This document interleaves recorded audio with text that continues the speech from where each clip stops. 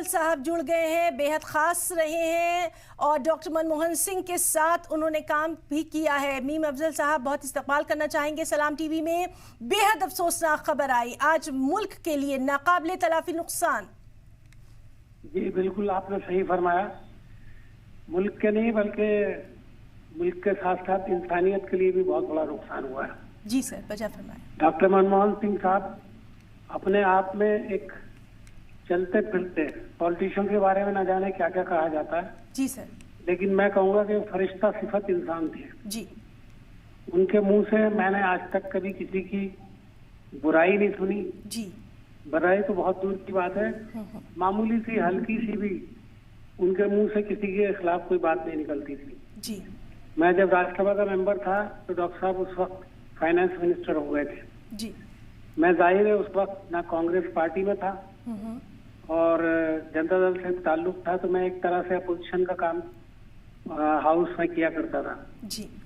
तो मुझे आज तक याद है कि एक मौके पर मैंने उनकी नई इकोनॉमिक पॉलिसी को बड़ा क्रिटिसाइज किया। जी जी जी। और उसमें काफी बड़ा हंगामा भी हुआ, लेकिन मैंने देखा कि उनके तेवरी पर कभी बल नहीं आता था। और फिर आगे चलकर मुझे ये मौका भी मिला कि उन्हीं की सरकार में उन्हीं के जरिए से जी जी जी मुझे एम्बेसडर बनाया गया। जी। और मैं 4 मुल्कों का एम्बेसडर रहा। तो मैं यही कह सकता हूँ कि वो एक बहुत ही जबरदस्त इंसान थे। तो उनकी इंसानियत की बात मैं कर रहा हूँ। जी बिल्कुल। लेकिन उसके साथ साथ जो उनका विजन था जी वो बहुत ही जबरदस्त।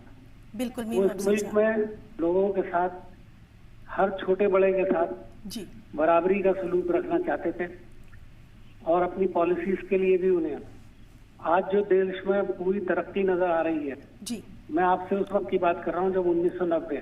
जी सर बिल्कुल। 1990 के अंदर जब मैं पार्लियामेंट में आया जी तो हालात बड़े खराब थे। जी। और नई इकोनॉमिक पॉलिसी आई, उन्होंने लाइसेंस राज खत्म किया। जी। और ऐसी इकोनॉमी उन्होंने देश को दी जिससे मुल्क में दरवाजे खुले। बिल्कुल। और किसी हद तक मैं कह सकता हूँ कि रुपए पैसे की रेल पेल उनकी पॉलिसीज के इम्प्लीमेंटेशन के बाद ही हुई। जी जी।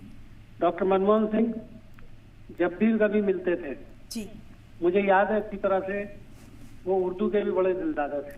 जी जी जी। मैं चूंकि अखबार का एक एडिटर था और अखबार-ए-नौ मेरा अखबार का नाम था। जी सर। तो वो उसे बड़ी बाकायदगी से पढ़ते थे। जी।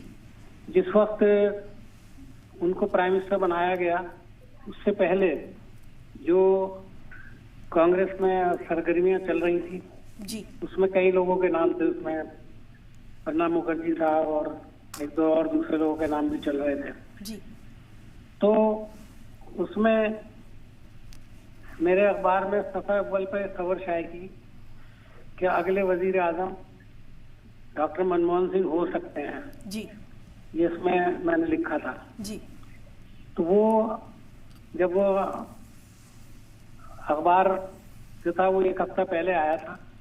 जी। तो मैं उनको मिलने जब वो प्राइम मिनिस्टर हो गए जी उनका नाम हो गया तो मुबारकबाद देने में सफदरजंग रोड पर उनका घर था। जी जी। वहाँ गया। जी। तो मैं वो अखबार की कॉपी लेकर के साथ गया तो मैं उनको दिखाऊंगा, पता नहीं उन्होंने ये खबर पढ़ी है या नहीं पढ़ी।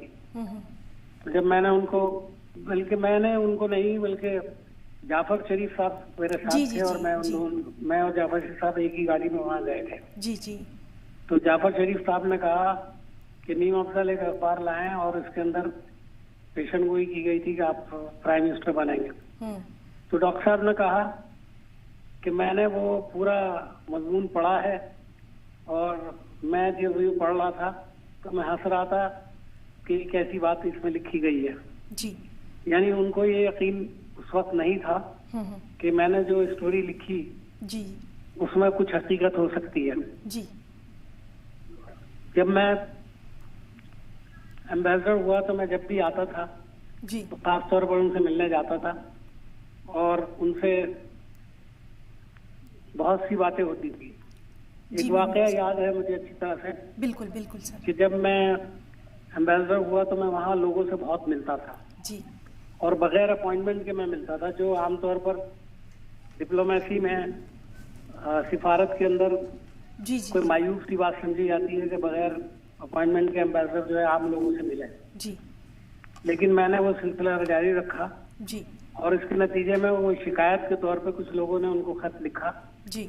और मेरे ताल्लुक से लिखा कि ये तो आम लोगों से मिलते हैं, प्रोटोकॉल नहीं जानते हैं और सिफारती जो आदाब हैं उसका ख्याल नहीं रखते हैं, कोई भी आता है उससे किसी वक्त भी मिलते हैं।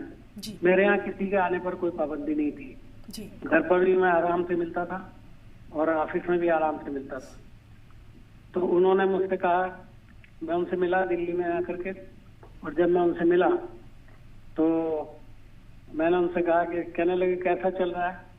तो मैंने कहा सर ये तो आप बेहतर बताएंगे, जो कुछ काम आप बताते हैं यहाँ से जो कुछ पॉलिसीज होती हैं उसके तहत मैं काम कर रहा हूँ। बिल्कुल मीम अफजल साहब, बिल्कुल मीम अफजल साहब, ये वो तमाम यादें थी जो आपने हमारे नाज़रीन के साथ